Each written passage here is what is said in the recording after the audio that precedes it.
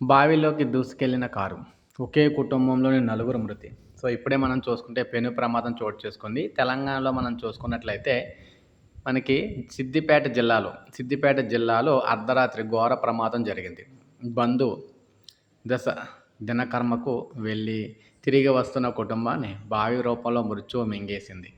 దుబ్బాక మండలం అప్పన్నపల్లి శివారులో బావిలో కారు పడి ఇద్దరు చిన్నారులతో సహా దంపతులు మృతి చెందారు. దుబ్బాక మండలం బల్వంతపూర్కు చెందిన దండుగుల రాజు ఇసుక వ్యాపారం చేస్తుంటారు. ఇతని భార్య భాగ్య, కుమారుడు నిహాన్ష్, కుమార్తె సాన్వికతో కలిసి సిద్దిపేటలో బంధువు దినకర్మకు హాజరై తిరిగి వస్తూ ఉండగా అప్పన్నపల్లి శివారులోకి రాగానే కారు అదుపు తప్పి బావిలోకి దూసుకెళ్లింది. కొంతసేపటి తర్వాత జరిగిన సంఘటన గుర్తించిన స్థానికులు, పోలీసులు, అగ్నిమాపక సిబ్బందికి సమాచారం అందించారు. ఘటనా స్థలానికి చేరుకున్న సిబ్బంది క్రేన్ సాయంతో బావిలో పడిన కారును బయటకు తీశారు. పోస్టుమార్టం నిమిత్తం నలుగురు మృతదేహాలను దుబ్బాకలోని 100 పడకల ప్రాంతీయ ఆసుపత్రికి తరలించారు. ఒకే కుటుంబానికి చెందిన నలుగురు మృతి చెందడంతో బల్వంతరావుపూర్ గ్రామంలో విషాద ఛాయలైతే అలుముకున్నాయి. సో, ఈ విధంగా పెను ప్రమాదం చోటు చేసుకుంది.